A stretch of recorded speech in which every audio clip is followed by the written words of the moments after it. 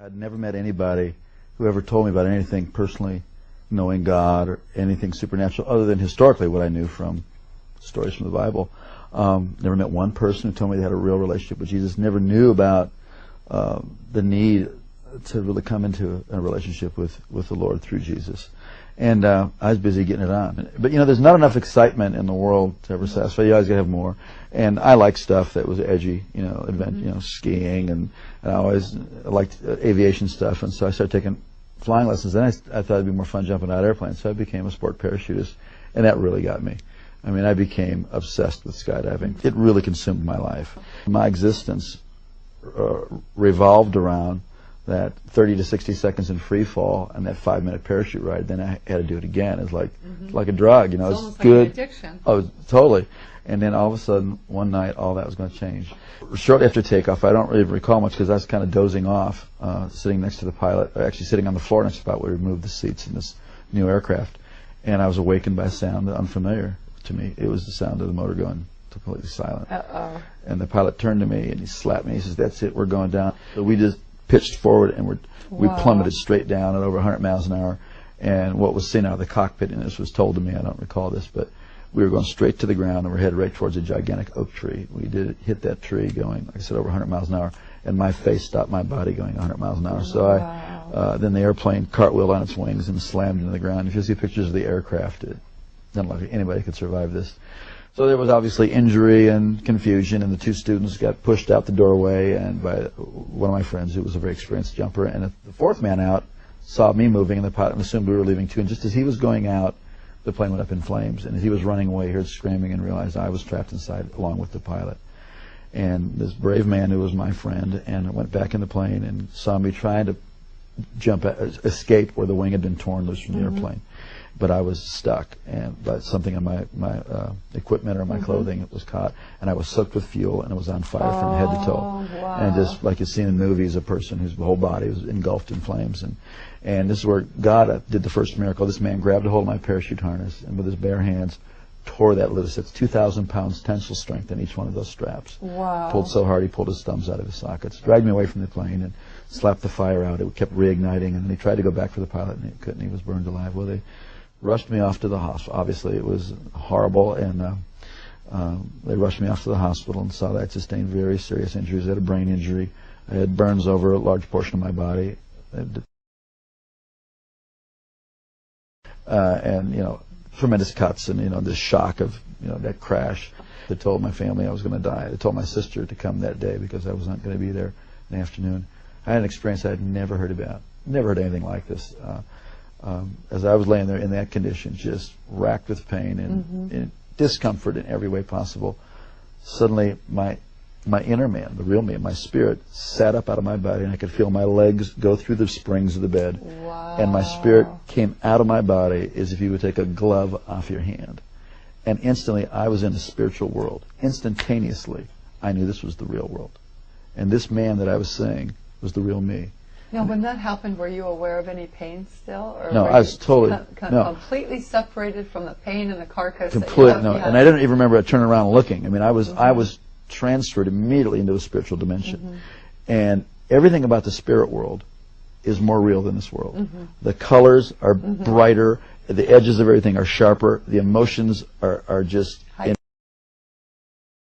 And instantaneously, the thing that really struck me the most was there was a complete absence of the awareness of time. Everything in this world is relative to time. You know, you got up this morning, you'll go to bed at night. Something is old, something is new, it will get old. Something is born, it will die. Everything in this plane, in the physical plane, in the natural plane, is relative to time. But everything in the spiritual plane is relative to eternity. So what had been natural to be aware of time was totally gone. And I was totally aware of eternity. It is shocking. It is stunning to be conscious and to know what eternity is. Also, logic and reasoning doesn't happen there. Based on the sum total of all my intelligent thoughts that I've learned, you know, I had a death and I'm in the spirit world.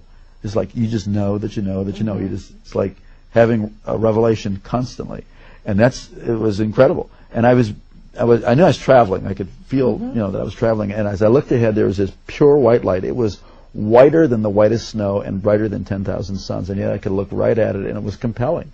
And it was like I was being towed. I was being towed like a tractor being, and as I was looking, I could feel this anticipation. But then simultaneously to that, on my right side, I could feel something, and I looked, and there was this blackness sweeping. Now this blackness, as I looked at it, instantly I was aware of its complete nature. It was eternal, like I was experiencing eternity. It was without any matter. It was without any life. It was void, and it was forever non-negotiable, cut off from the source of all life. And the more that I looked at it, the faster it would sweep. And the more that occurred, the more intense the feeling of the nature of being cut off and sealed forever and separated. It is horrific. Yes. Horrific. You would not, I used to never be able to stand to be near anybody who could say go to hell after that. Because you wouldn't want the worst person. You wouldn't want Adolf Hitler, bin Laden, Saddam. You wouldn't want any human being to ever go in there. It was so horrible. And as that was sweeping, it got down to, it was eclipsing this light. So there was just it was like you're in a room, and you close the door, a dark room, and there's a little space between the door and the door jamb. It wasn't a doorway. It was really, this is a real place that I was seeing and that I was feeling.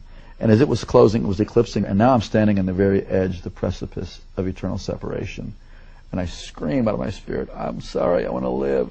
Give me another chance. And just before that was to close, I was standing in the presence of Almighty God. Whoa. And instantly I knew I would never die for eternity. And that's mercy. It's unbelievable. Wow. And instantly I knew that this being who was off on this side of me, who I didn't see, but I was standing in this river of golden radiation. It looked like a moving river of golden light. And this river went that way, it went that way, it was underneath me, it was going right through me. And this river was alive. I don't know how to describe it, except that this called the river of life. This river was alive, and it's going right through me, and I'm more alive than anybody can imagine. I mean, this is the height of the experience of life. It filled up with life, and somehow I knew this being was going to take care of me for eternity. I didn't see the New Jerusalem. I didn't see any angels in heaven. I didn't see any people gone before me.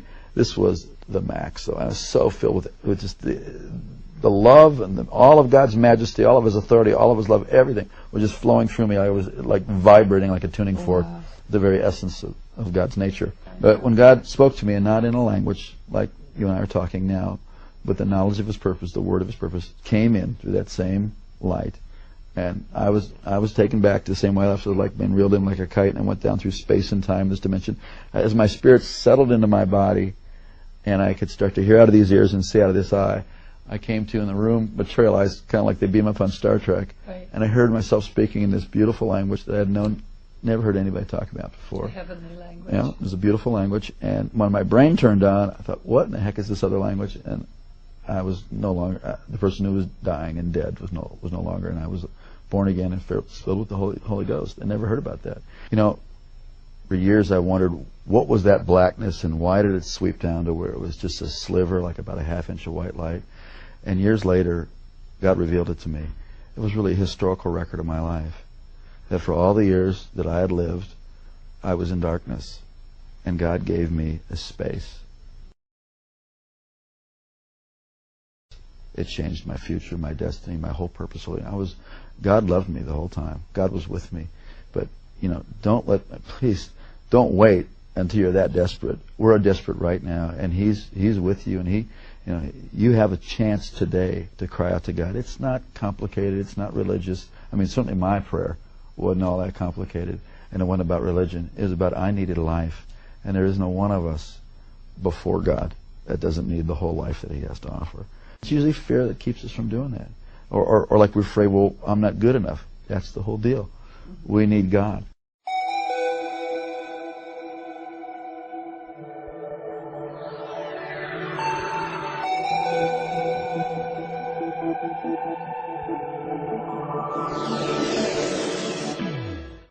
Our joy, our hope, our confidence is in Jesus.